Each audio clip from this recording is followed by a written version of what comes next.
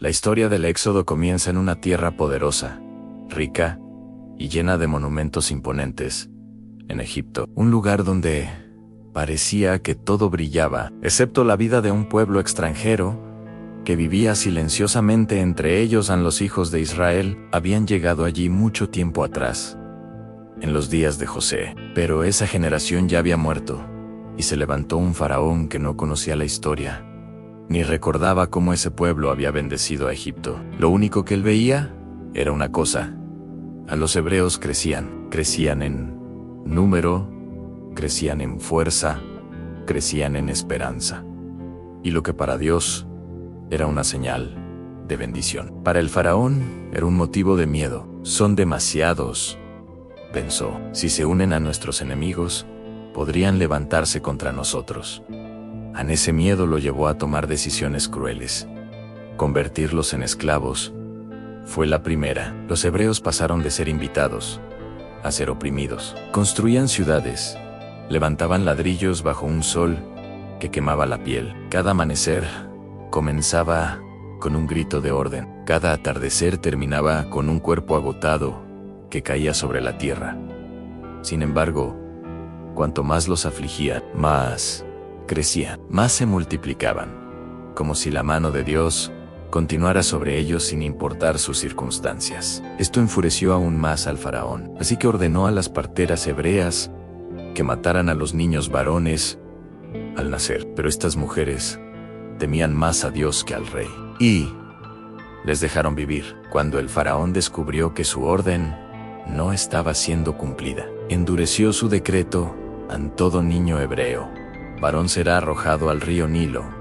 Aquella sentencia cayó como un trueno sobre el pueblo. El lamento se escuchó en muchas casas. Las madres temblaban solo de pensar en la sombra de un soldado. El futuro parecía perderse antes de comenzar. Pero aún en ese tiempo oscuro, Dios estaba obrando en silencio. Entre los hebreos había una mujer de la tribu de Leví que quedó embarazada y dio a luz a un hijo. Cuando lo miró, sintió algo profundo. Este niño es especial. La Biblia dice que era hermoso, no solo por apariencia, sino por propósito. Durante 3 meses lo escondió. Cada llanto apagado, cada sombra que se acercaba a su casa, cada paso que ella escuchaba en la calle, era un motivo para temer. Pero cuando ya no pudo ocultarlo más, se aferró a su fe. Tomó una cesta de juncos, la cubrió con brea para que flotara, puso al bebé dentro y lo depositó entre las plantas del río. No era una despedida, era una entrega. Ella hizo lo único que podía hacer: poner a su hijo en las manos de Dios. La hermana del niño, Miriam, se quedó a cierta distancia para ver qué pasaría. Y fue entonces cuando los planes del cielo comenzaron a moverse. La hija del faraón bajó al río a bañarse. Al ver la cesta, mandó a traerla. Cuando abrió aquella pequeña arca improvisada y observó al bebé llorando, su corazón se conmovió. Este es uno de los niños hebreos, dijo. Pero en lugar de obedecer el decreto de su padre, decidió adoptarlo. En ese momento, la hermana del bebé se acercó valientemente y dijo: ¿Quieres que vaya a buscar una mujer hebrea para que lo amamante? La princesa aceptó, sin saber que quien vendría sería la propia madre del niño. Así, la mujer que había dejado a su hijo en el río ahora recibía la oportunidad de criarlo bajo la protección de palacio. Cuando el niño creció, fue llevado nuevamente ante la hija del faraón, y ella le puso por nombre Moisés, que significa sacado de las aguas. Moisés creció dentro de la realeza. Recibió educación, entrenamiento, cultura egipcia, acceso a los mejores maestros y la comodidad de un palacio. Pero aunque vivía rodeado de oro, su corazón nunca olvidó a su pueblo oprimido. Un día, ya siendo adulto, vio a un egipcio golpeando brutalmente a un hebreo. La indignación lo consumió. Miró a un lado y al otro, y al no ver a nadie, defendió al oprimido y terminó matando al agresor. Enterró el cuerpo en la arena. Pero al día siguiente, 2 hebreos peleaban entre sí, en cuando Moisés intentó intervenir. Uno le respondió: ¿quién te ha puesto por juez sobre nosotros? ¿Vas a matarme como mataste al egipcio? Entonces Moisés entendió que su acción ya era conocida, y pronto llegó a oídos del faraón. El rey quería matarlo. Así que Moisés huyó de Egipto hacia la tierra de Madián, donde el desierto se extendía hasta el horizonte. Un lugar árido, silencioso, aparentemente vacío. Y sin embargo, sería allí donde comenzaría su verdadera transformación. Moisés se sentó junto a un pozo, exhausto por la huida, sin saber que aquel pozo era el punto donde su vida cambiaría para siempre. El desierto, que parecía su final, era en realidad el escenario donde Dios empezaría a prepararlo para la misión más grande de su vida. Moisés llevaba años viviendo en Madián, lejos del bullicio y la opulencia del palacio de Egipto. El hombre que un día fue príncipe, ahora era un simple pastor. Sus días eran tranquilos, casi silenciosos, guiando a las ovejas bajo el sol implacable del desierto. Pero dentro de él, en lo profundo de su corazón, había preguntas que nunca se apagaban. ¿Por qué estoy aquí? ¿Por qué mi vida cambió de esta manera tan drástica? ¿Será que Dios todavía tiene un propósito para mí? Un día, mientras guiaba el rebaño de su suegro Yetro, Moisés decidió hacer algo diferente. Avanzó más allá de los pastizales habituales, conduciendo a las ovejas hacia el monte de Dios, el monte Horeb. No tenía idea de que ese día, ese lugar específico y ese preciso instante habían sido cuidadosamente preparados por el cielo para un encuentro que cambiaría la historia. Mientras caminaba entre las rocas áridas del desierto, algo extraordinario llamó su atención. A lo lejos, vio una zarza que ardía en fuego. Pero había algo extraño. Las llamas danzaban, pero la zarza no se consumía. El fuego no la destruía. Parecía un fuego vivo, un fuego que respira, un fuego que espera. La curiosidad se apoderó de Moisés. ¿Qué clase de maravilla era esa? Se acercó, paso a paso, intrigado por el espectáculo sobrenatural, sin imaginar que estaba a punto de escuchar la voz que gobierna el universo entero. De repente, una voz resonó desde el interior del fuego, llamándolo por su nombre. Moisés, Moisés. Él se detuvo en seco. Un escalofrío recorrió su cuerpo, y con voz temblorosa respondió: «Aquí estoy». Ahí la voz continuó, majestuosa y firme: «No te acerques, quita el calzado de tus pies, porque el lugar donde estás es tierra santa». Y Moisés obedeció de inmediato. El polvo caliente del desierto tocó la planta de sus pies, pero no sintió miedo del lugar. Sintió un profundo temor reverencial del Dios que le hablaba. La voz entonces se presentó, conectando el presente con una promesa ancestral. «Yo soy el Dios de tu padre, Dios de Abraham, Dios de Isaac y Dios de Jacob».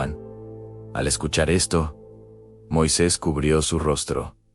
No se atrevía a mirar. Sabía, sin lugar a dudas, que estaba en la presencia del Señor Todopoderoso. Dios entonces comenzó a hablar del clamor de su pueblo, los hebreos esclavizados en Egipto. Habló de sus lágrimas, de sus cadenas, del peso insoportable de su sufrimiento. Nada, absolutamente nada, había pasado desapercibido ante él. «He visto la aflicción de mi pueblo que está en Egipto. He oído su clamor a causa de sus opresores, pues conozco sus angustias, y he descendido para librarlos».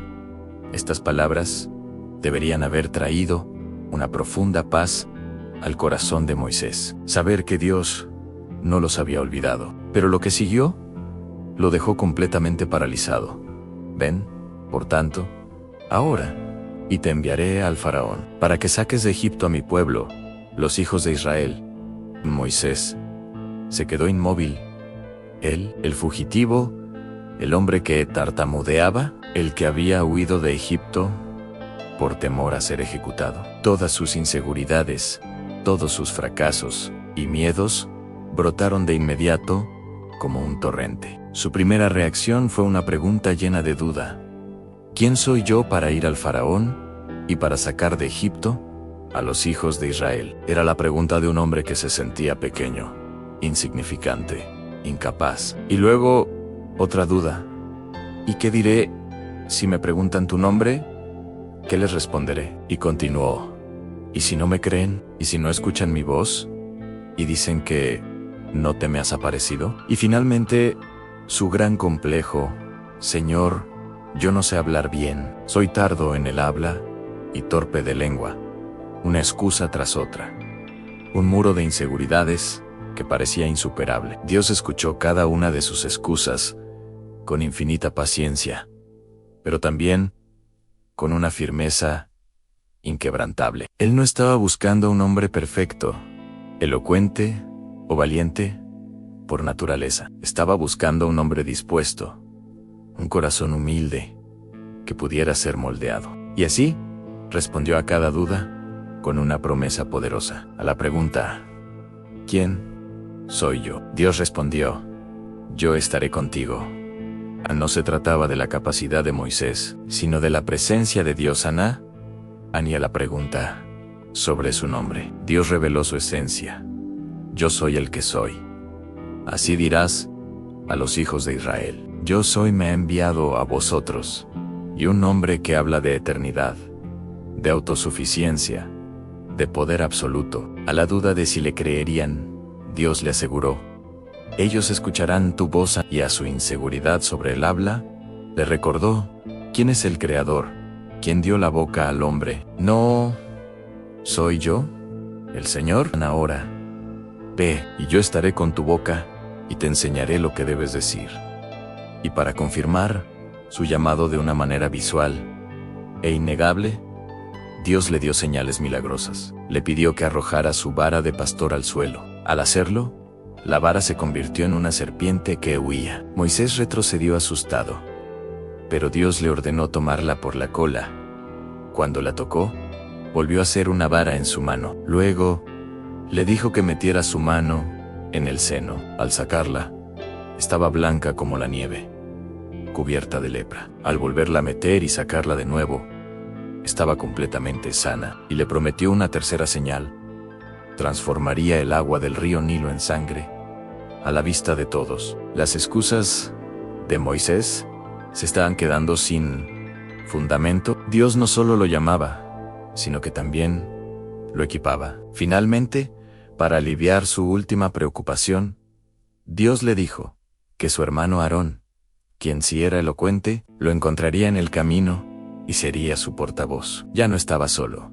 En realidad, nunca lo estuvo. Entonces, sin más excusas, Moisés aceptó. Un cambio profundo ocurrió en su interior. Su pasado de príncipe y fugitivo ya no era una carga vergonzosa, sino una parte esencial del plan divino. Su largo exilio en el desierto no había sido un castigo, sino un campo de entrenamiento donde Dios forjó su carácter en la soledad y la humildad. Ese día, Moisés tomó su vara, la misma que había usado para guiar ovejas durante 40 años.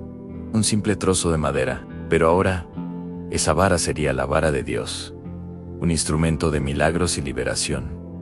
Su misión comenzaba. El libertador que nació flotando en una canasta en el Nilo, estaba a punto de regresar al lugar del que había huido, y no volvería como un fugitivo asustado, sino como el enviado del cielo, el embajador del gran Yo Soy. Así, con paso firme y un corazón lleno de expectación, Moisés emprendió el camino de regreso a Egipto. Volvió al escenario de su dolor y su fracaso, pero esta vez, para convertirse en el instrumento de la salvación de todo un pueblo.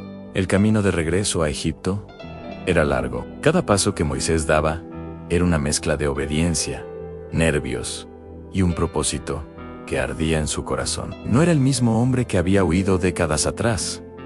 Ahora era el portador de una misión divina. Mientras avanzaba, meditaba en las palabras de Dios. Repasaba una y otra vez las señales que se le habían prometido y se preguntaba, ¿cómo sería el encuentro con su hermano, Aarón? Lo que no sabía es que Dios ya se había adelantado y había enviado a Aarón a recibirlo en el desierto. De repente, una figura familiar apareció en el horizonte. Era él. En Aarón corrió hacia Moisés, con los ojos llenos de sorpresa, preguntas y una emoción incontenible. Los hermanos se abrazaron con una fuerza que condensaba años de separación y silencio. Este no era solo un reencuentro familiar, era el inicio de un plan celestial que estaba a punto de cambiar la historia de toda una nación. Moisés le contó todo: la zarza ardiente, el llamado de Dios, las señales milagrosas y el encargo de liberar a Israel de la esclavitud. Aarón escuchó cada palabra con una atención profunda, sin dudar un instante, aceptando su rol como el portavoz de Moisés, como la voz que transmitiría el mensaje divino. Juntos, ahora como un equipo, emprendieron el viaje final hacia la tierra que los vio nacer, la tierra de su sufrimiento. Al llegar a Egipto, la estrategia de Moisés fue clara. No fue directo al palacio del faraón. No buscó primero el poder terrenal. Fue al pueblo, se dirigió a los ancianos, a los líderes de las tribus, a aquellos que, a pesar de décadas de dolor y opresión, habían mantenido viva la llama de la fe. En una reunión clandestina, Aarón, con voz firme y clara, habló en nombre de Moisés y les transmitió el mensaje que Dios le había dado en el monte Horeb. Les contó la promesa de liberación. Luego, Moisés mismo dio un paso al frente y mostró las señales: la lepra que aparecía y desaparecía, el bastón que se convertía en serpiente. El pueblo observó, y algo increíble sucedió. El escepticismo se disolvió, el miedo dio paso a la sorpresa, y la sorpresa se convirtió en fe. Por primera vez en mucho tiempo, los hijos de Israel no solo escucharon, sino que creyeron, y al creer, cayeron de rodillas y adoraron. Había esperanza, había una promesa renovada. Dios no los había olvidado. Con el respaldo de los ancianos y la fe del pueblo ardiendo de nuevo, Moisés y Aarón se dirigieron al corazón del imperio, el palacio del faraón. El aire allí era denso, cargado del poder, la arrogancia y los complejos rituales de la corte egipcia. Los guardias, imponentes y fríos, los observaron con un desprecio evidente. ¿Quiénes eran estos dos hebreos para atreverse a solicitar una audiencia? Pero Moisés avanzó sin temblar. No venía en su propio nombre, ni con su propia autoridad. Venía en el nombre del Dios eterno, el creador del cielo y la tierra. Cuando finalmente estuvieron frente al trono, ante el hombre considerado un Dios en la tierra, Aarón pronunció las palabras que resonarían por la eternidad.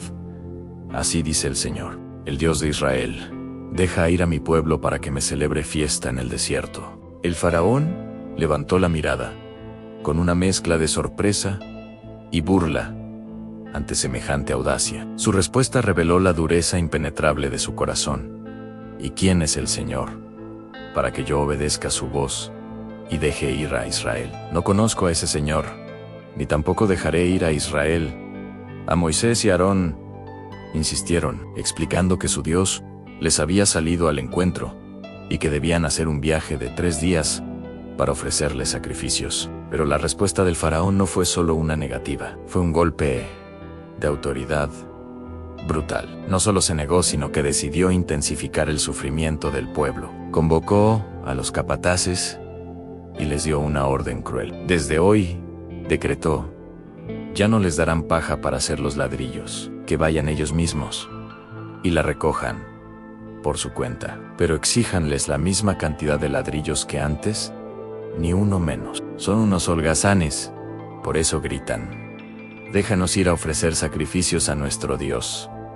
La opresión se multiplicó. Los capataces egipcios gritaban y golpeaban. Los supervisores hebreos, atrapados entre las órdenes del faraón y el sufrimiento de su gente, eran castigados sin piedad. El pueblo, exhausto y sintiéndose traicionado, se volvió contra los únicos que les habían ofrecido esperanza. Encontraron a Moisés y Aarón a la salida del palacio y les gritaron con desesperación: que el Señor los juzgue. Nos han hecho odiosos ante el faraón. Le han puesto una espada en la mano para que nos mate. Esas palabras fueron como dagas en el corazón de Moisés. Abrumado por el dolor de su pueblo y la aparente derrota, se volvió a Dios con una queja honesta y profunda: Señor, ¿Por qué has maltratado a este pueblo? ¿Para qué me enviaste? Desde que fui a hablar en tu nombre, al faraón solo le ha ido peor con tu pueblo, y tú no has hecho nada para liberarlo.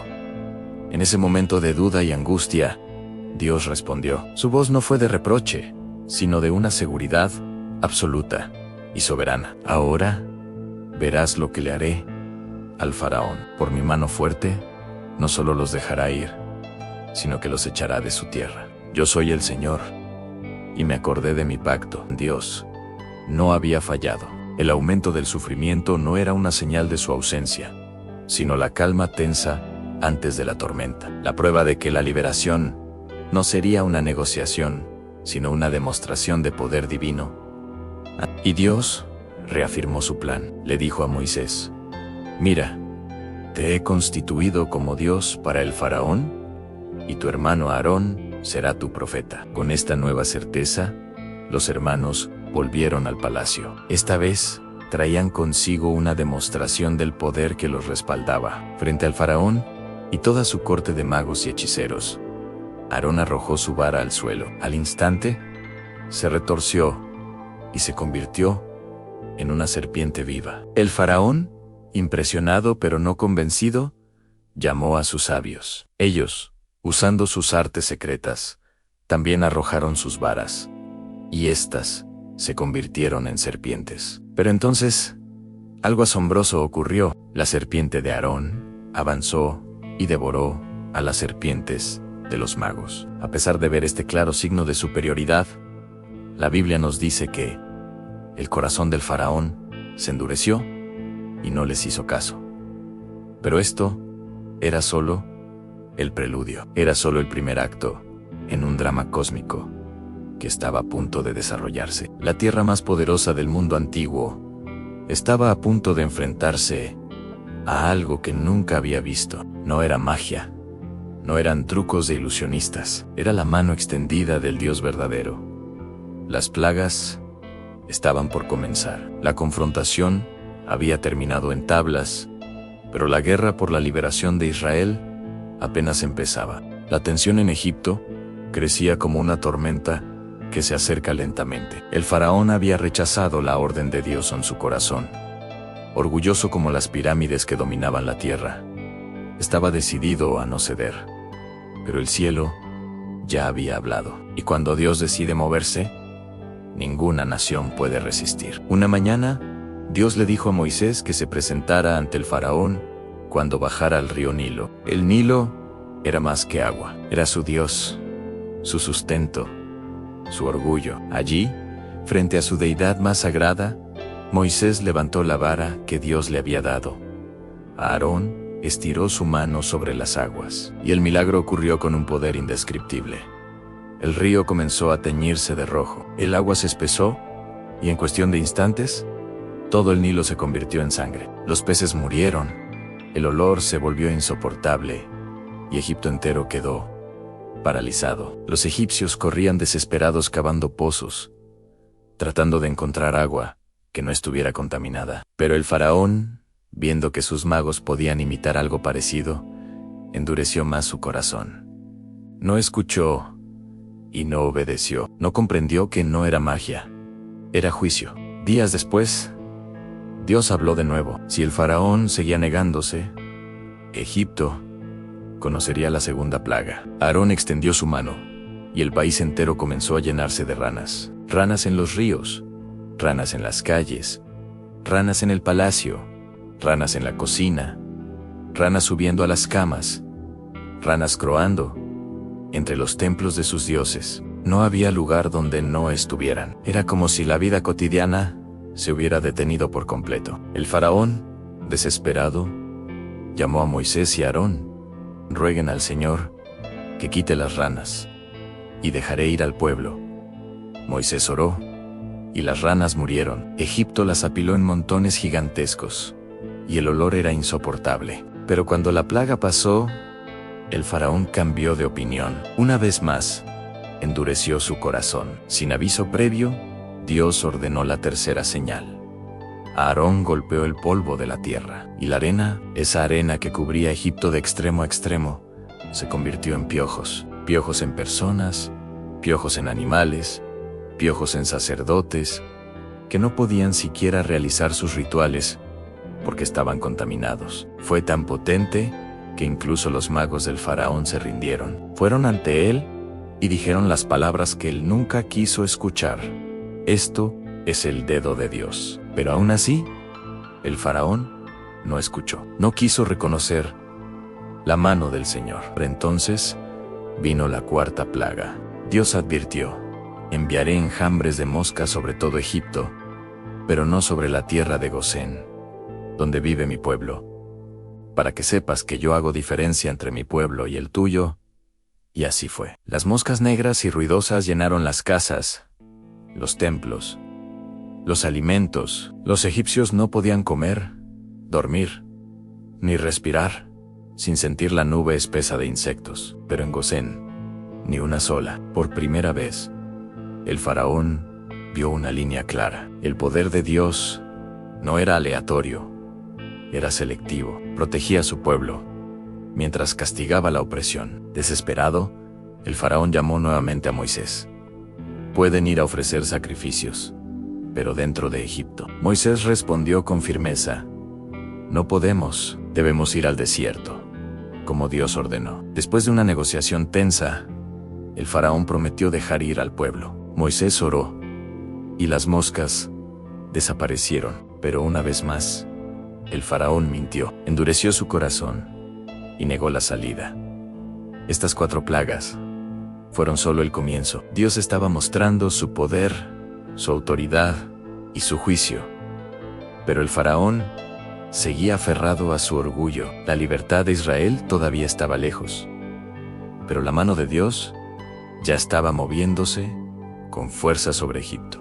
Las primeras plagas habían sacudido los cimientos de Egipto, pero el corazón del faraón seguía cerrado. Cada vez que Dios detenía un juicio, él volvía a su orgullo. Pero el Señor no había terminado. El conflicto entre el cielo y el trono de Egipto estaba a punto de alcanzar su punto más crítico. La tierra, que antes parecía invencible, estaba a punto de doblar sus rodillas. Comenzamos con la 5ª plaga, la peste, sobre el ganado. Dios le habló directamente a Moisés en sí.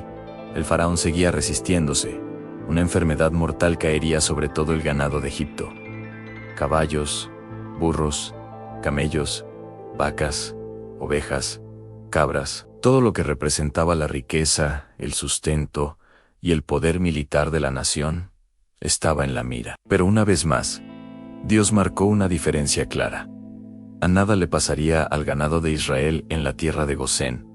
Y tal como se anunció, la plaga cayó. El ganado egipcio comenzó a desplomarse en los campos. Los establos, que antes resonaban con vida, quedaron en un silencio mortal. Los animales agonizaban y el pueblo entró en pánico. El faraón, incrédulo, envió a sus siervos a investigar a Gosén, y el reporte fue contundente. Allí no había muerto ni un solo animal, ni uno. Pero incluso frente a esta evidencia innegable, con la prueba de la protección divina justo al lado, el faraón decidió no escuchar. Su corazón se endureció aún más, y así llegó la 6ª plaga, en las úlceras y las llagas. Esta vez no hubo advertencia previa. Dios simplemente le ordenó a Moisés que tomara ceniza de un horno y la lanzara al aire frente al faraón. El viento la esparció sobre toda la tierra de Egipto, y en cuestión de momentos, esa ceniza se convirtió en úlceras dolorosas y supurantes que brotaron en la piel de humanos y animales por igual. Los egipcios, desde el más pobre hasta el más rico, se retorcían de dolor. Y aquí vemos un detalle increíble. Incluso los magos de Egipto, los mismos que al principio habían intentado imitar los milagros de Dios, no pudieron ni siquiera presentarse ante Moisés. Estaban completamente cubiertos por las llagas. Su poder se había desvanecido. Era como si Dios estuviera derribando, una por una, cada columna de la soberbia y la hechicería egipcia. Pero el faraón, a pesar del sufrimiento de su pueblo y el suyo propio, se negó a ceder. El Señor endureció su corazón y no les escuchó. La 7ª plaga, fue el granizo destructivo. Pero esta vez, antes de enviarla, Dios dio una advertencia especial y una oportunidad para la misericordia. Le dijo a Moisés que anunciara: nunca ha habido un granizo como el que enviaré sobre Egipto. Todo hombre y animal que quede en campo abierto morirá. Algunos de los siervos del faraón, que ya habían visto suficiente y empezaban a temer a Dios, obedecieron la advertencia. Corrieron a buscar refugio para ellos, sus familias y sus animales. Pero otros, burlándose o simplemente ignorando la palabra divina, quedaron expuestos. Cuando Moisés levantó su vara hacia el cielo, el escenario se transformó en una pesadilla. El cielo se oscureció. Los vientos rugieron con una furia sobrenatural, y un granizo de un tamaño y una fuerza nunca antes vistos cayó sobre Egipto. Pero no era solo hielo. La Biblia dice que fuego se mezclaba con el granizo mientras descendía. Imaginen la escena: árboles gigantescos, quebrándose como ramitas. Los campos, que eran el orgullo de la agricultura egipcia, completamente destruidos. Animales muertos por el impacto. Las casas dañadas. Era un juicio absolutamente devastador. Un caos total. Pero en Gosén, donde vivía el pueblo de Dios, no cayó ni una sola piedra de granizo. La protección era perfecta. El faraón, ahora sí, desesperado, mandó llamar a Moisés y a Aarón, y por primera vez parece confesar: he pecado esta vez. El Señor es justo. Yo y mi pueblo somos los culpables. Les rogó que oraran a Dios para detener la tormenta. Moisés, sabiendo que el arrepentimiento del faraón no era sincero, aceptó orar. Salió de la ciudad y extendió sus manos al Señor, y la tormenta cesó. Los truenos, el granizo y la lluvia se detuvieron por completo. Pero una vez que el peligro pasó y la calma regresó, el corazón del faraón volvió a su estado natural de rebeldía. Su arrepentimiento no era real, solo buscaba alivio temporal, no obediencia verdadera. Y así pasamos a la octava plaga, en las langostas devoradoras. Dios le dijo a Moisés que debido a la obstinación continua del faraón, enviaría una plaga de langostas que cubriría toda la tierra. Esta vez, fueron los propios oficiales del faraón quienes se rebelaron contra él. Le suplicaron: ¿hasta cuándo este hombre será una trampa para nosotros? Deja ir a ese pueblo, para que sirva a su Dios. ¿Acaso no te das cuenta de que Egipto está destruido? El país estaba en ruinas, y sus propios consejeros lo veían. El faraón, presionado, intentó negociar. Ofreció dejar ir solo a los hombres a adorar a Dios. Pero Moisés rechazó el trato de inmediato. La adoración a Dios no podía ser a medias, no podía ser restringida, tenía que ser completa, con familias, niños y todo lo que poseían. Ante la negativa, el faraón los expulsó. Y entonces Dios actuó. Un viento del este sopló durante todo un día y una noche. Y a la mañana siguiente, trajo consigo una nube de langostas tan masiva que oscureció el sol. Donde quiera que aterrizaban, devoraban. Arrasaron con cada planta, cada hoja, cada brizna de hierba que había sobrevivido al granizo. No quedó absolutamente nada verde en toda la tierra de Egipto. Una vez más, un faraón aterrorizado llamó a Moisés: he pecado contra el Señor vuestro Dios y contra vosotros. Por favor, perdona mi pecado solo esta vez, y ruega a vuestro Dios que quite de mí esta muerte. A Moisés oró. Dios envió un fuerte viento del oeste que recogió a todas las langostas y las arrojó al Mar Rojo. Ni una sola quedó en Egipto. Y, como un patrón ya conocido, en cuanto el juicio se fue, el faraón endureció su corazón una vez más. A la novena plaga llegó sin previo aviso en tinieblas que se podían sentir. Una oscuridad espesa, profunda y aterradora descendió sobre toda la tierra de Egipto durante 3 días. No era la oscuridad normal de la noche. La Biblia la describe como una oscuridad que se podía palpar, como si tuviera sustancia. Era una oscuridad espiritual, abrumadora. El pueblo no podía ver ni siquiera a la persona que tenía al lado. Nadie podía moverse de su lugar. Era como si todo el país estuviera sepultado bajo un manto de muerte y parálisis. La fuente de su principal dios, Ra, el dios del sol, había sido completamente apagada. Pero en las casas de los hijos de Israel, en Gosén, había luz. El faraón, finalmente vencido por esta plaga psicológica y espiritual, pero todavía aferrado a un último vestigio de su poder, ofreció otro trato. Pueden ir a servir al Señor, pero dejen sus rebaños y su ganado. Quería mantener un control, pero Moisés respondió con una determinación inquebrantable: no dejaremos ni una pezuña atrás. Iremos con todo lo que Dios nos ha pedido, porque no sabemos con qué hemos de servir al Señor hasta que lleguemos allá. Esa fue la gota que colmó el vaso para el faraón. Su orgullo, herido, explotó en furia. Le gritó a Moisés: vete de mi presencia, cuídate de no volver a ver mi rostro, porque el día que veas mi rostro, morirás. Y Moisés, con la calma y la autoridad que solo provienen de la presencia de Dios, respondió con palabras que sellaron el destino de Egipto. Bien has dicho, no volveré a ver tu rostro. La tensión había llegado a su punto máximo. El enfrentamiento final era inminente. La próxima plaga no sería una advertencia más, sería un golpe final, una sentencia que quebraría por completo y para siempre la resistencia del faraón y el orgullo de Egipto. El país estaba a solo un paso de su noche más oscura, y la libertad del pueblo de Israel estaba a punto de manifestarse de una manera que resonaría por toda la historia. El ambiente en Egipto estaba cargado de tensión. Después de 9 plagas que habían sacudido la nación hasta sus cimientos, el corazón del faraón seguía endurecido. Cada plaga había sido una demostración del poder de Dios, pero el orgullo del monarca más poderoso de la tierra se negaba a ceder. Había visto el agua convertida en sangre.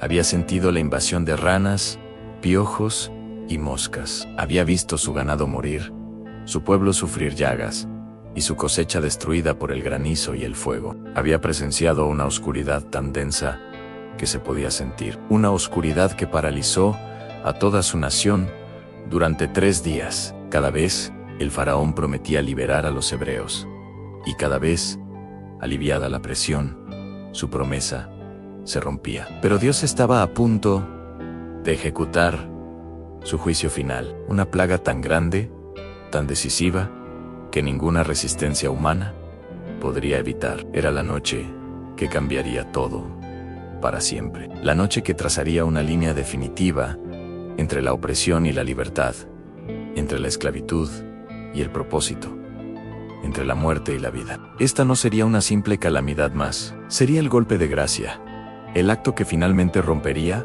las cadenas de 400 años de esclavitud. El escenario estaba listo para la 10ª y última plaga, la muerte de los primogénitos. Dios habló directamente a Moisés y a Aarón, dándoles instrucciones con una precisión escalofriante.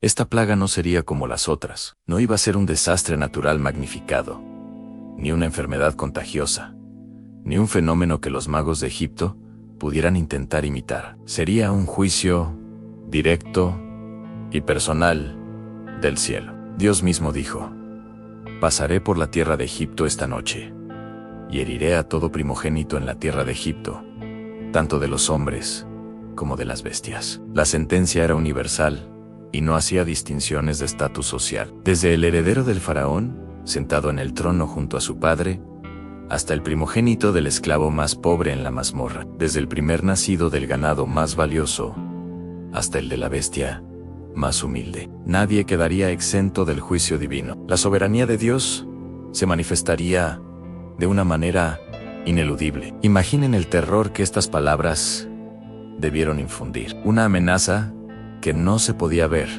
no se podía combatir y no se podía negociar. Sin embargo, en medio de este anuncio de juicio tan severo, Dios hizo algo impresionante, algo que revela su corazón. Proveyó un camino de salvación. y un escape, una forma de ser librado de la destrucción que venía. Esta vía de escape se encontraba en una instrucción detallada y simbólica, en la instrucción de la Pascua. Dios ordenó que cada familia hebrea tomara un cordero, no cualquier cordero, sino uno de 1 año, macho y sin defecto alguno, debía ser perfecto. Este cordero debía ser sacrificado al atardecer, y su sangre, el elemento más crucial, debía ser recogida. Luego, con un hisopo, debían untar esa sangre en los 2 postes y en el dintel de las puertas de sus casas. La sangre sería la señal. Dios mismo declaró: y la sangre os será por señal en las casas donde vosotros estéis. Y veré la sangre y pasaré de vosotros. De ahí proviene el nombre Pascua, del hebreo Pesaj, que significa pasar por encima. Era la noche en que el ángel de la muerte pasaría por encima de las casas del pueblo de Dios, librándolos del juicio que caería sobre Egipto. La instrucción no terminaba ahí. El cordero debía ser comido esa misma noche, asado al fuego, acompañado de hierbas amargas y panes sin levadura. No era una cena para disfrutar con calma. Las hierbas amargas recordaban la amargura de la esclavitud. El pan sin levadura, preparado rápidamente, simbolizaba la prisa con la que tendrían que partir. Era una comida de preparación, una cena para el camino. Debían comerla vestidos y listos para marchar, con sus túnicas ceñidas, sus sandalias puestas y sus bastones en la mano. Su corazón debía estar preparado. Era la última noche en Egipto, la última noche como esclavos. La libertad estaba a solo unas horas de distancia. Cuando la medianoche llegó, el silencio de la noche egipcia fue roto por una fuerza indescriptible. El juicio de Dios cayó con una precisión y una potencia aterradoras. Un grito desgarrador se escuchó primero en una casa, luego en otra y en otra, hasta que un lamento colectivo sacudió a toda la nación. Un clamor de angustia como nunca antes se había oído llenó las calles de Egipto, desde la opulenta capital hasta la aldea más remota. El mensaje era el mismo en todas partes. El primogénito ha muerto. En el palacio real, el hijo del faraón, el heredero del imperio más grande del mundo, yacía sin vida. En las casas de los nobles, los generales y los sacerdotes, la misma tragedia. En las chozas humildes de los campesinos y en las celdas de los prisioneros, la muerte visitó a cada familia egipcia. No hubo hogar donde no hubiera un muerto. La nación entera fue sumida en un luto profundo y repentino. Pero en las casas de los hebreos, en el barrio de Gosén, reinaba un silencio diferente, un silencio de expectativa y fe. Sus puertas estaban marcadas con la sangre del cordero, la señal de obediencia y confianza en la promesa de Dios. Y como Dios había prometido, el juicio pasó de largo.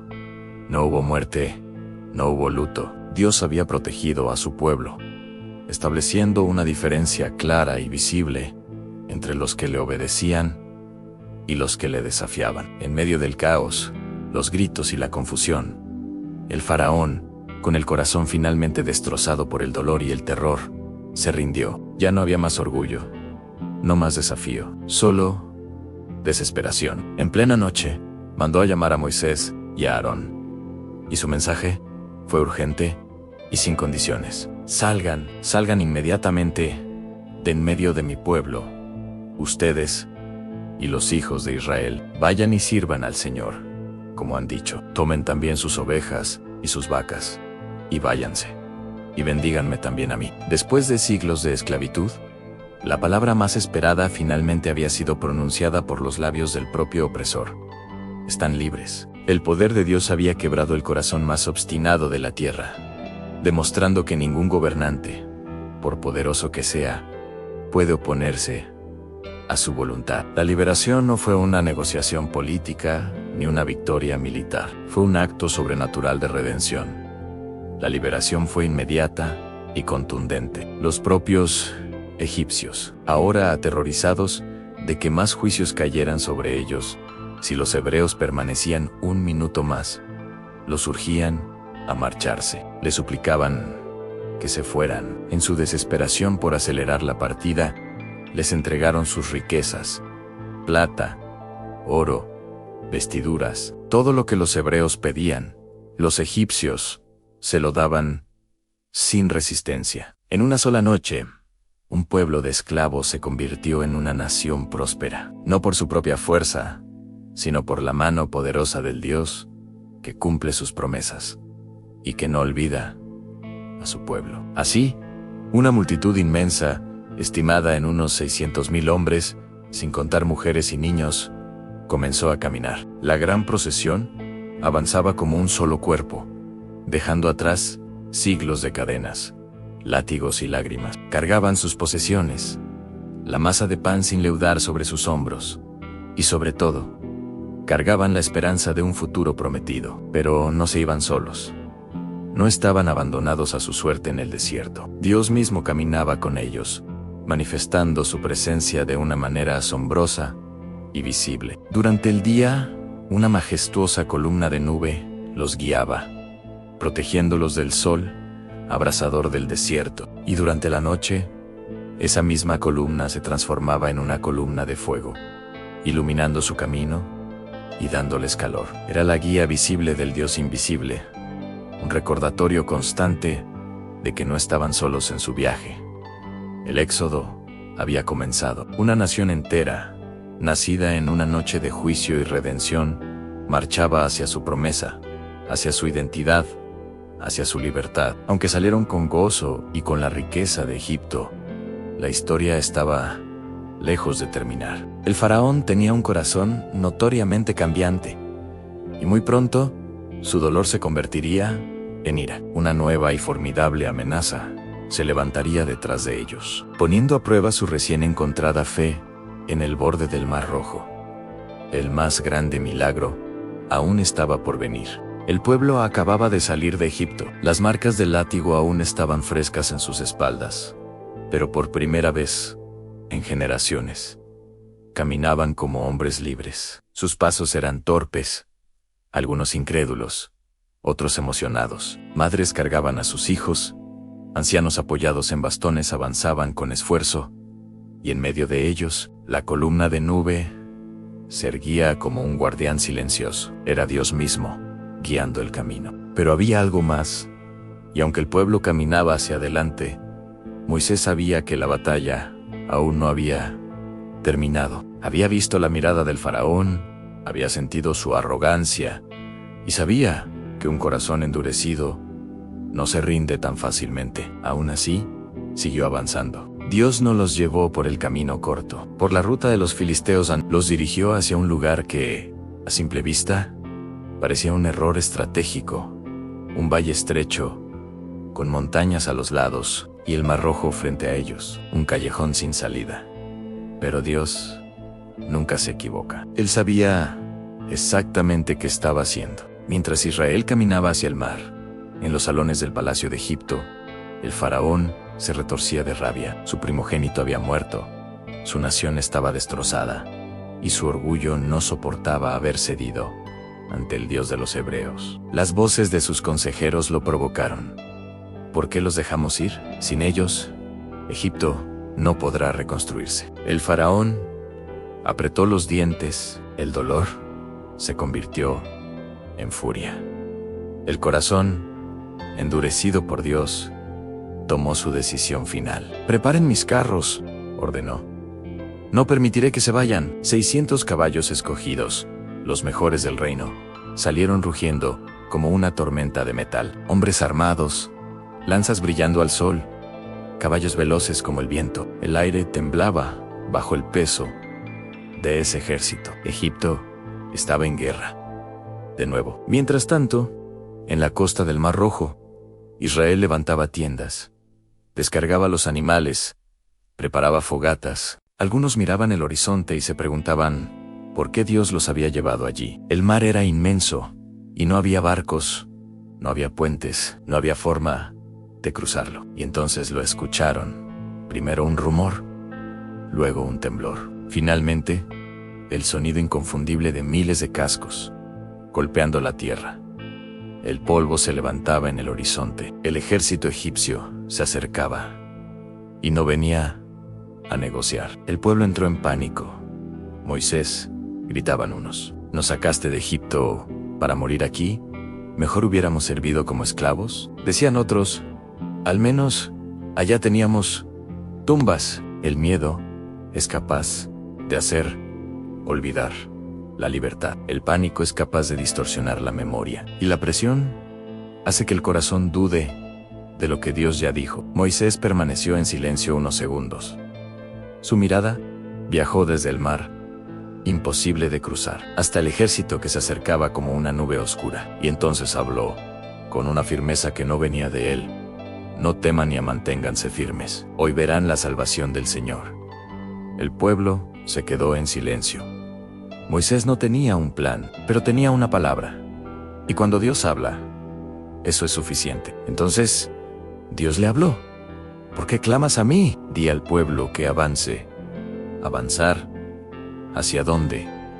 Hacia el mar. Pero Moisés no dudó. El Señor añadió, tú extiende tu mano sobre el mar. Y en ese momento ocurrió uno de los movimientos más impresionantes de la Biblia. La columna de nube que iba delante del pueblo se movió detrás de ellos. Era Dios cambiando de posición, primero como guía, ahora como protector. Para Israel, esa nube era luz. Para los egipcios, era oscuridad. La noche cayó entre ambos campamentos. Durante horas, Egipto no pudo acercarse. Dios mismo levantó un muro espiritual para defender a su pueblo. Moisés se acercó al mar. El viento comenzó a soplar. Primero suave, luego más fuerte. Y más fuerte hasta convertirse en un viento recio del este, que golpeaba las aguas con furia.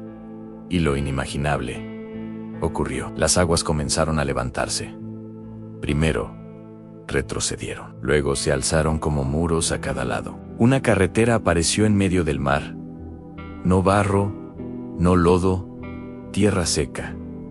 El pueblo miró con los ojos abiertos de par en par. Un camino donde no había camino. Una salida donde no existía salida. Un milagro que ninguna estrategia humana podría haber logrado. Moisés levantó su vara. Israel comenzó a avanzar. Uno a uno, miles de hombres, mujeres y niños caminaron entre muros de agua tan altos que parecían tocar el cielo. El viento los rodeaba, la arena crujía bajo sus pies y la luz de la columna detrás iluminaba el paso. Era una escena que ninguna generación olvidaría jamás. Cuando la nube se levantó al amanecer, el ejército egipcio volvió a moverse. Sonaron trompetas, los carros avanzaron, los caballos rugieron y los egipcios entraron en el mar. Pero algo estaba ocurriendo. Las ruedas comenzaron a trabarse, los caballos se desesperaron, los carros se hundían en la arena. Era Dios peleando. «Huyamos de los hebreos», gritaron algunos soldados. «El Señor está luchando contra Egipto». Pero ya era demasiado tarde. Cuando el último israelita puso los pies en la otra orilla, el Señor habló nuevamente a Moisés. «Extiende tu mano sobre el mar». Moisés levantó su mano.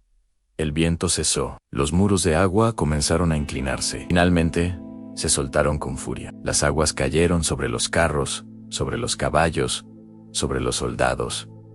El rugido del mar fue ensordecedor, y en un instante, el ejército más poderoso del mundo fue sepultado bajo las aguas.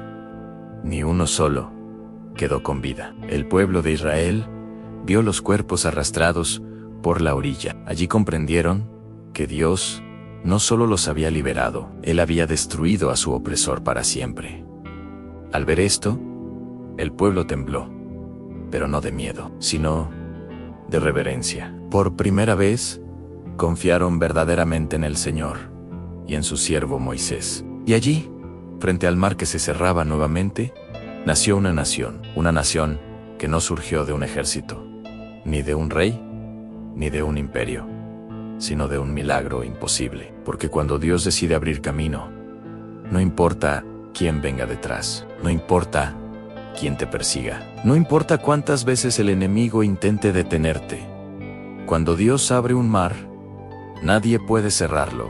El silencio en el campamento contrastaba brutalmente con la escena majestuosa que ocurría en lo alto del monte Sinaí, desde abajo. Los israelitas veían la cumbre envuelta en una nube espesa, atravesada por destellos de fuego. Parecía que el mismo cielo había descendido sobre la montaña, y aunque muchos temblaban al imaginar qué estaba sucediendo allí arriba, Moisés permanecía firme, de pie, en medio de la gloria divina. Pero para entender la magnitud de lo que estaba ocurriendo, tenemos que imaginarlo desde los ojos de Moisés. Durante días que parecían eternos, Moisés estuvo sumergido en una atmósfera que no pertenecía a este mundo. La voz de Dios resonaba con una autoridad que hacía vibrar la tierra, pero al mismo tiempo, con una ternura que penetraba el corazón. Era la mezcla perfecta entre poder absoluto y amor incomprensible. En ese encuentro,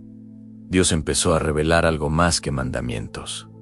Estaba estableciendo un pacto que no solo definiría a Israel, sino que cambiaría el curso de la historia de la humanidad. Lo primero que Dios dejó claro fue esto: Moisés, diles que serán mi tesoro especial entre todas las naciones. Un reino de sacerdotes, una nación santa. Eso significaba que ellos no eran simplemente un grupo de esclavos liberados. No, Dios les estaba dando un propósito altísimo, un llamado elevado: representar al Dios vivo ante todos los pueblos del mundo.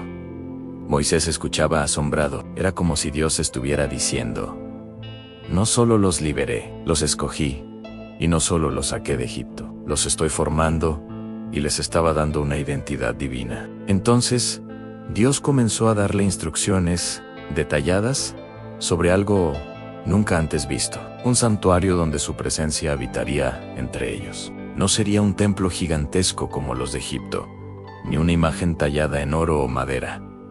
Este santuario era distinto. Era santo, tenía medidas específicas, materiales escogidos y una intención profunda: recordarles que Dios caminaba con ellos en cada paso del desierto. Dios describió el arca del pacto, que representaría su presencia y su palabra; el propiciatorio, donde se derramaría misericordia sobre el pueblo; el candelabro, que jamás debía apagarse, símbolo de la luz divina; el altar, donde la culpa encontraría perdón; y las vestiduras sacerdotales, bordadas con oro, azul, púrpura y carmesí.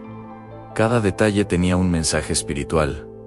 Nada era casual, nada era simplemente decorativo. Todo señalaba hacia un Dios que se acercaba al ser humano sin perder su santidad. Mientras Dios hablaba, algo sobrenatural ocurría en Moisés. Él no lo sabía, pero su rostro comenzaba a brillar. Era como si la luz que rodeaba a Dios quedara impregnada en su piel.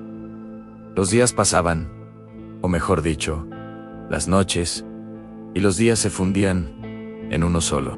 Allí, en esa presencia, no había cansancio ni hambre como en la tierra. Moisés estaba siendo sostenido por la misma presencia divina. Había momentos en que Dios hablaba con la fuerza de un trueno que hacía vibrar la montaña, y había otros en los que su voz era tan suave, tan llena de amor, que Moisés tenía que contener las lágrimas. Este no era un diálogo cualquiera, no era solo información.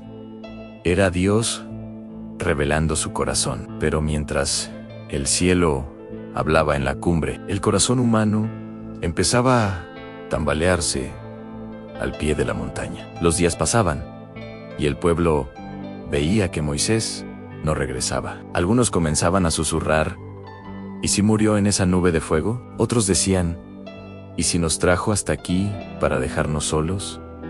¿Qué haremos ahora? Necesitamos una guía a la impaciencia.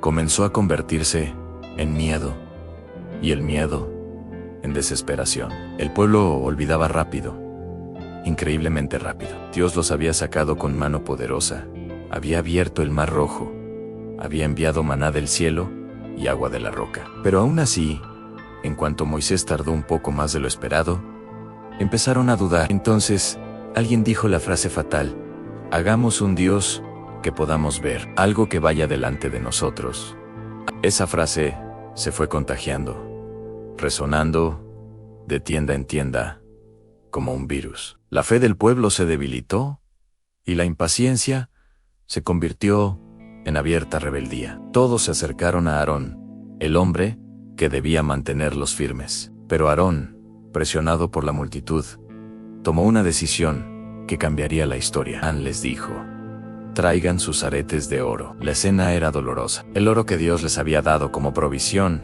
al salir de Egipto, el símbolo de su liberación, ahora estaba siendo usado para crear un ídolo. Mientras el metal se fundía al fuego, el pueblo sentía que su ansiedad se calmaba. Les gustaba la idea de tener algo visible, algo que pudieran tocar, pero no se daban cuenta de que estaban rompiendo el pacto que Dios estaba estableciendo en ese mismo momento, en la cima del monte. Piensa en esto por un segundo. Dos realidades completamente opuestas sucediendo al mismo tiempo. Arriba, en la cumbre, la presencia de Dios estaba formando un pueblo santo. Abajo, en el valle, el pueblo estaba deformando su fe. Arriba Dios entregaba instrucciones para el arca, el altar y la presencia. Abajo, ellos estaban construyendo un becerro de oro. Arriba, el rostro de Moisés brillaba con la gloria del cielo. Abajo, el pueblo bailaba y celebraba alrededor de un ídolo sin vida. La tensión estaba a punto de explotar. Entonces, Dios interrumpió la comunión con Moisés y pronunció unas palabras que estremecieron su corazón. Baja inmediatamente. Tu pueblo se ha corrompido en la voz de Dios. No sonaba a ira ciega, sonaba a dolor. El dolor de un padre que mira cómo sus hijos se alejan del camino que él preparó para ellos. Dios le reveló a Moisés todo lo que había ocurrido. Le dijo que habían hecho un ídolo, que le habían rendido culto, que habían olvidado el pacto antes incluso de recibirlo formalmente. El corazón de Moisés se hundió. La gloria que lo rodeaba no podía apagar la profunda tristeza de ver cómo tan fácilmente el pueblo olvidaba todo lo que Dios había hecho por ellos. El momento decisivo estaba por llegar. La historia estaba a punto de romperse o de redimirse. Imagina esta escena. Moisés baja del monte Sinaí, con las tablas de la ley en sus manos. Su rostro, cansado pero lleno de asombro, no puede ocultar la mezcla de dolor y furia que lo consume. Ha estado cara a cara con el Dios vivo. Ha recibido los mandamientos escritos por el dedo de Dios mismo. Pero lo que encuentra, al llegar al campamento, lo destroza por dentro. El aire, que debería estar lleno de reverencia y espera, vibra con un sonido muy diferente, risas descarriadas, música distorsionada, una celebración sin sentido. Israel, el pueblo que Dios liberó con mano poderosa, el mismo que comió maná del cielo y bebió agua de una roca, el que vio cómo el mar rojo se abría ante ellos. Ahora, ese mismo pueblo está postrado ante un becerro de oro. Aarón, su propio hermano, intenta justificar lo injustificable.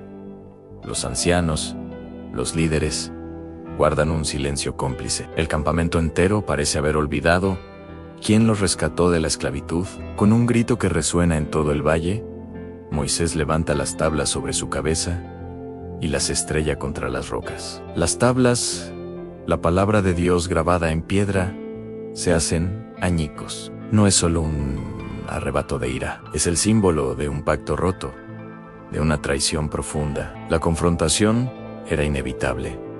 Moisés camina directamente hacia el ídolo dorado. El becerro brilla bajo el sol del desierto, una imitación burda de un poder que no posee. Sin dudar un segundo, lo derriba, lo quema en el fuego, lo muele hasta convertirlo en polvo fino y lo arroja al agua que bebía el pueblo. Luego, su voz resuena con autoridad: quien esté del lado del Señor, venga a mí. Solo los hijos de Leví dan un paso al frente. Ese día, el orden se restaura a un costo terrible. Hubo juicio, porque no puede haber pacto con un pueblo que adora a ídolos muertos. De repente, el campamento queda en silencio. Nadie ríe, nadie danza, nadie canta. El peso de sus acciones cae sobre ellos. Israel, por fin, entiende que el Dios que los liberó con tanto amor también exige una fidelidad total y absoluta. Al amanecer, un Moisés agotado pero firme se presenta ante el pueblo. Han cometido un gran pecado, dice con voz grave. Subiré otra vez ante el Señor y quizá pueda obtener perdón por ustedes. El pueblo baja la cabeza. Las madres abrazan a sus hijos con fuerza. Los ancianos lloran sin consuelo. Por primera vez, Israel siente el peso del arrepentimiento. Ese dolor profundo que nace cuando uno comprende la gravedad de darle la espalda a Dios. Y Moisés asciende la montaña por segunda vez. Pero este viaje es diferente. No lleva tablas ni instrucciones. Solo lleva un corazón quebrantado y el peso de una nación que necesita desesperadamente misericordia. Y al llegar a la presencia de Dios, su clamor es desgarrador: Señor, han cometido un gran pecado, pero te ruego, perdónalos. Y si no, entonces, bórrame a mí de tu libro. ¿Te imaginas? Ofrecer su propia vida, su propio destino, por el pueblo que lo había traicionado. Una súplica tan sincera, tan profunda y sacrificial, que Dios no pudo ignorarla. El Señor responde: haré pasar toda mi bondad delante de ti. Pero este pueblo debe aprender quién soy. La misericordia los alcanzó una vez más. Entonces, Dios le da una nueva orden a Moisés. Talla 2 nuevas tablas de piedra, iguales a las primeras. Pero esta vez, las tablas no caerán del cielo. Moisés debe labrarlas con sus propias manos. Es como si Dios le dijera: si quieren un pacto renovado, deben participar activamente en él. Moisés pasa la noche entera tallando las duras rocas. Sus manos sangran, sus dedos están adoloridos, pero no se detiene. Antes del amanecer, con las nuevas tablas en sus brazos, comienza su tercer ascenso al Sinaí. Al llegar a la cumbre, una nube espesa lo envuelve, y entonces Dios desciende. Pero esta vez no hay truenos ni fuego consumidor. Esta vez Dios viene con una declaración de su propio carácter. El Señor proclama su nombre diciendo: el Señor, Dios compasivo y clemente, lento para la ira y grande en misericordia y verdad, que perdona la maldad, pero que de ningún modo tendrá por inocente al culpable.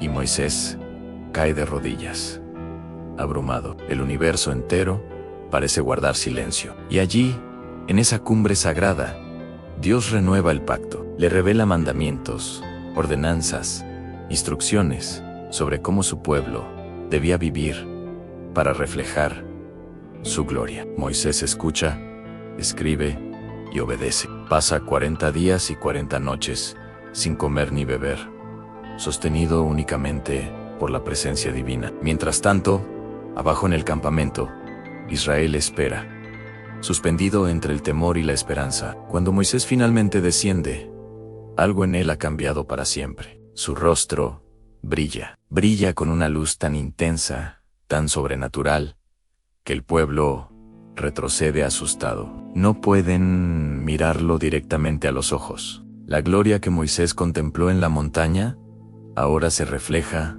en su propia piel, como si la luz misma habitara en él. Y Moisés tiene que cubrirse el rostro con un velo para poder hablar con ellos. Pero ese brillo era mucho más que un fenómeno extraño. Era un recordatorio constante para Israel. El pacto había sido renovado. A pesar de su traición, a pesar de su infidelidad, Dios no los había abandonado. Les había dado una segunda oportunidad. La historia de las tablas rotas y renovadas nos enseña que nuestro Dios es un Dios de justicia, pero también de una misericordia insuperable, siempre dispuesto a restaurar a aquellos con un corazón arrepentido. Gracias por acompañarnos en este viaje. Si te ha gustado esta historia, no olvides darle like, suscribirte y activar la campanita para no perderte nuestro próximo video. Hasta la próxima.